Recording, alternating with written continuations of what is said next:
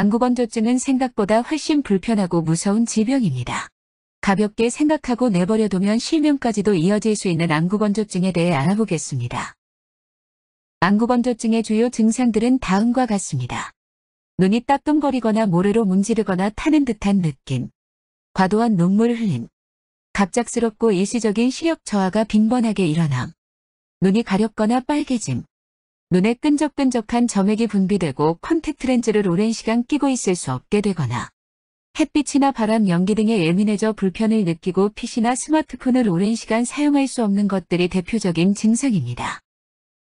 안구건조증을 유발하는 요인들을 살펴보면 눈물층을 구성하는 필수 영양분의 결핍이나 노화 과정을 들 수 있고 라식 등의 시력교정 수술이나 콘택트 렌즈를 오랜 기간 사용한다든지 안구건조증을 유발하는 특정 약, 예를 들어 녹내장 치료제인 베타브로커 성분의 약을 사용하는 것 등과 스티븐스 존슨 증후군이나 쇼그렌 증후군 등과 같이 눈물 생성을 저하하는 기타 질환 등으로 인해 안구건조증이 유발될 수 있습니다.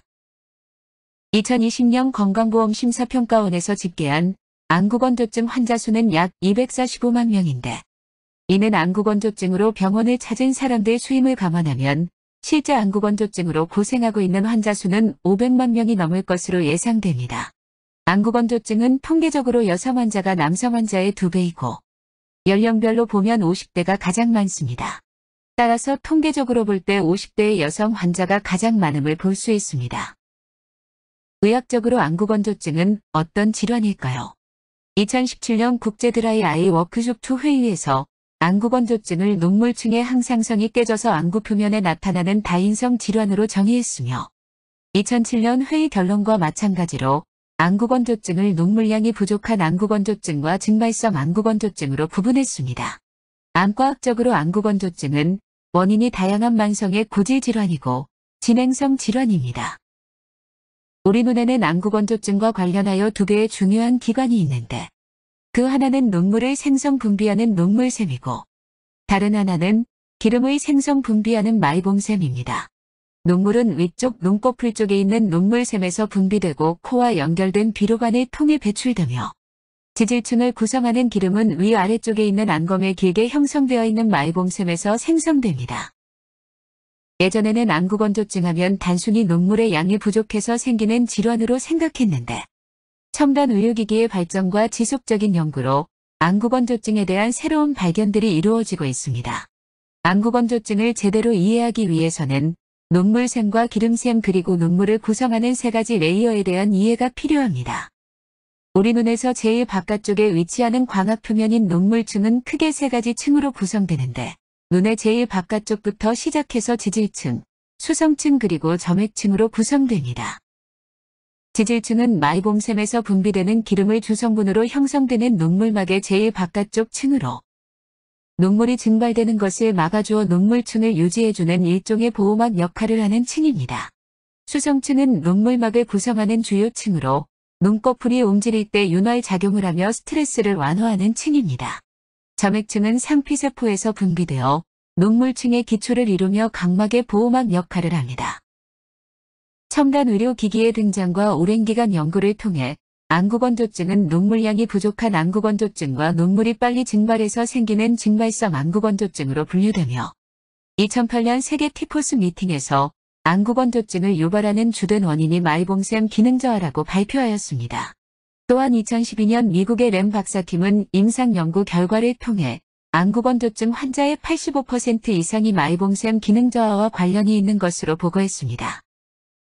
이후 다수의 임상 연구 결과에서도 순수 눈물량 부족 안구건조증은 3.6%에 불과하고 증발성 안구건조증 46%, 혼합형 안구건조증 46.6%로 앞선 램 박사팀의 연구 결과와 동일한 보고들이 이어져서 전 세계 안구건조증의 주된 원인이 마이봉샘 기능 저하에 있음이 분명해졌습니다.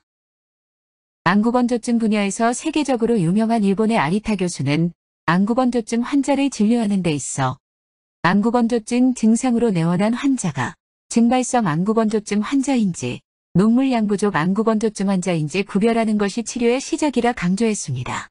안구건조증의 타입과 원인을 찾아 원인 치료와 함께 증상을 치료하는 것은 경험과 지식은 물론이고 여러 첨단 장비의 도움이 필요하므로 안구건조증을 전문으로 하는 병원의 선택이 중요한 이유입니다.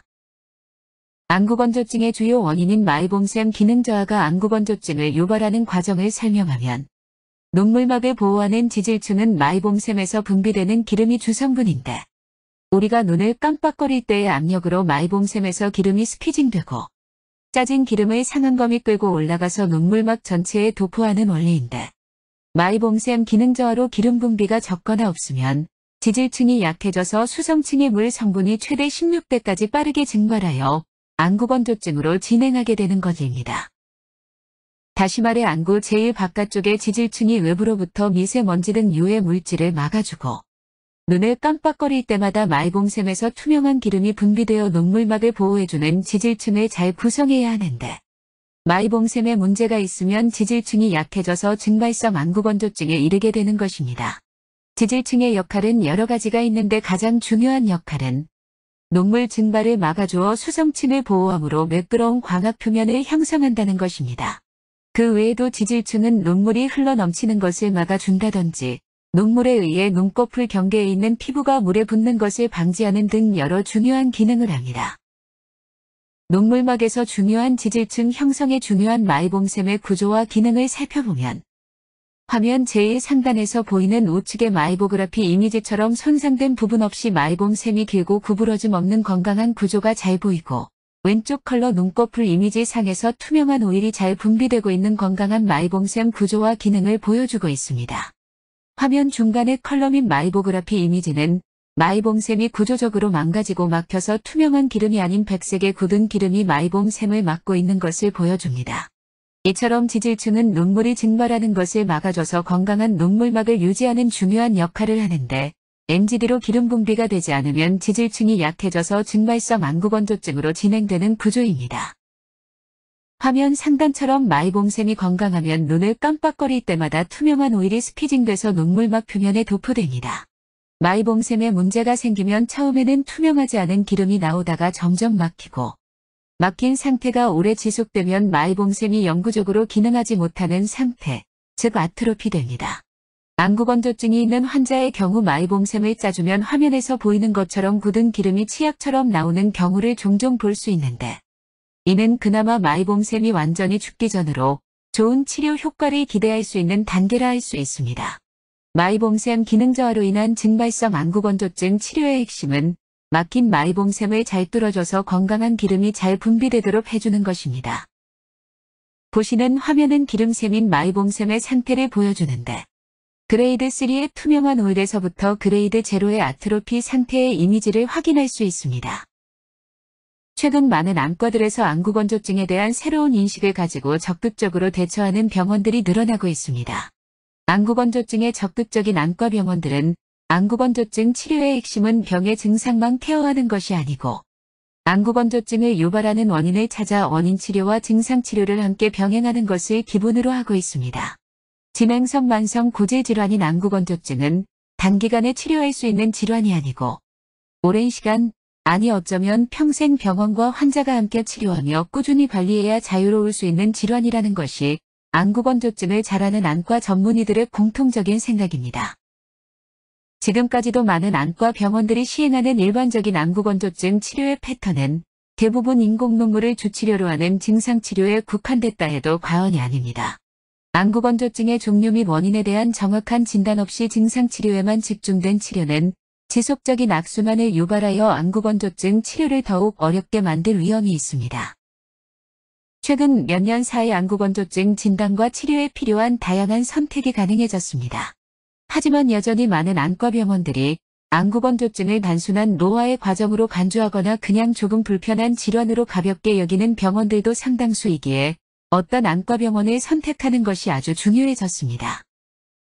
안구건조증 치료에 있어 그동안 안과의사나 환자 모두 놓치고 있던 중요한 것 한 가지가 있는데, 그것은 치과 질환 때문에 치과에서 매년 정기적으로 스케일링 등 치과 치료를 받지만 환자 각자가 매일 꾸준히 양치질 등 필요한 관리를 하는 것처럼 안구건조증도 병원에서 꾸준히 정기적인 치료 및 관리를 받는 것은 물론이고 의사의 처방에 따라 가정에서 환자 각자가 꾸준히 온열증제과 암검세정을 하는 등 매일매일의 꾸준한 관리가 꼭 필요하다는 것입니다.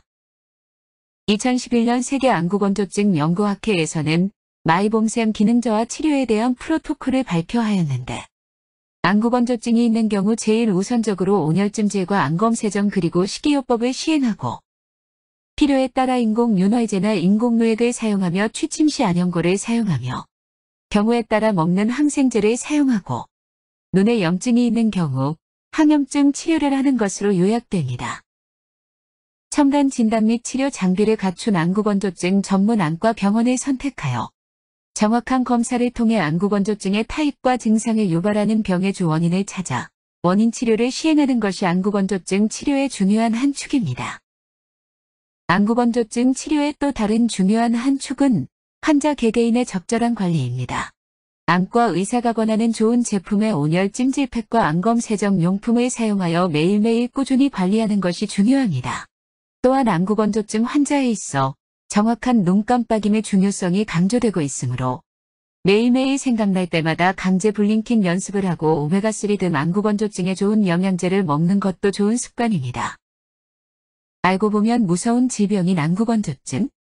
안구건조증 전문 병원을 찾아 안구건조증을 유발하는 원인 치료와 증상 치료를 병행하면 오랜 기간 반복되며 우리를 힘들게 했던 고질적인 안구건조증의 고통에서 해방될 수 있습니다.